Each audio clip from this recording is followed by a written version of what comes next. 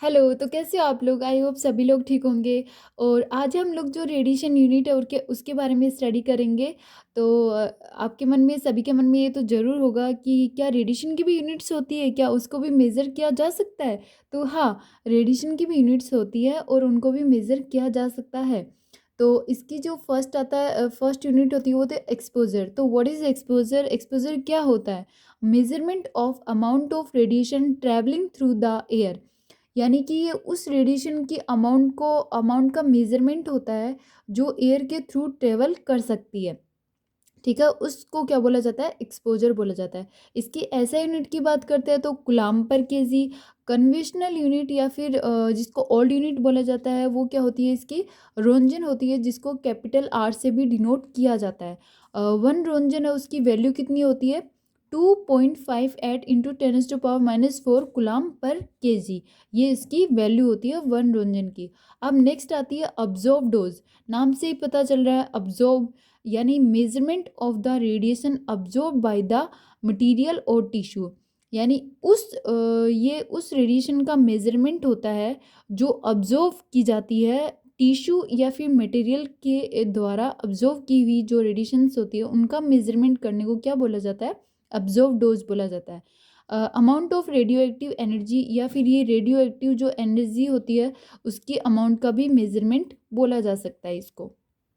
अब हम इसके एसआई यूनिट की बात करते हैं तो इसकी जो एसआई यूनिट होती है वो ग्रे होती है, जिसको हम जीवाई से डिनोट करते हैं। इसकी जो कन्वेंशनल यूनिट होती है वो क्या होती है? रेड होती है, RAD, यानी जिसको ओल्ड यूनिट भी बोलते हैं। 1 grey is equal to 100।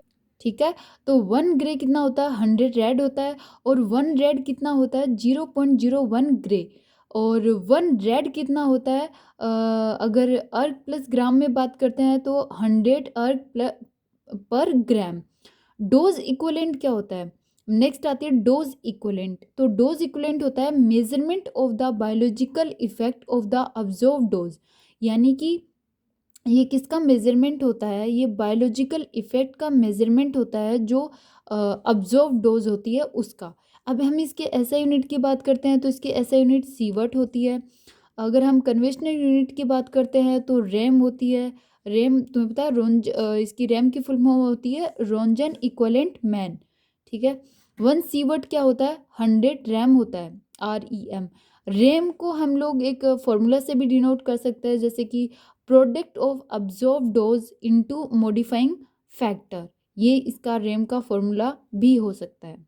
Activity की बात करते हैं, नेक्स्ट आती है एक्टिविटी। ये भी एक रेडिएशन की यूनिट ही होती है। तो measurement of radio active decay process, यानी ये रेडियो एक्टिव जो डिके प्रोसेस होती है उसका मेजरमेंट होता है।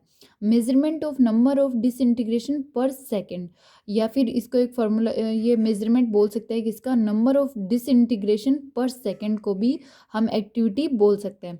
इसकी जो एसआई यूनिट होती है वो बैक्यूरल होती है, जिसको BQ से डिनोट किया जाता है। और इसकी कन्वेंशनल जो यूनिट होती है वो क्यूरी होती है, जिसको CI से डिनोट किया जाता है।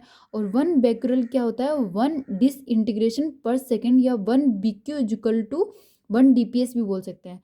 1 क्यूरी की जो वैल्यू होती है वो कितनी होती है? 3.7 इंटू 10⁻⁷ DPS, यानी डिसइंटीग्रेशन पर सेकेंड।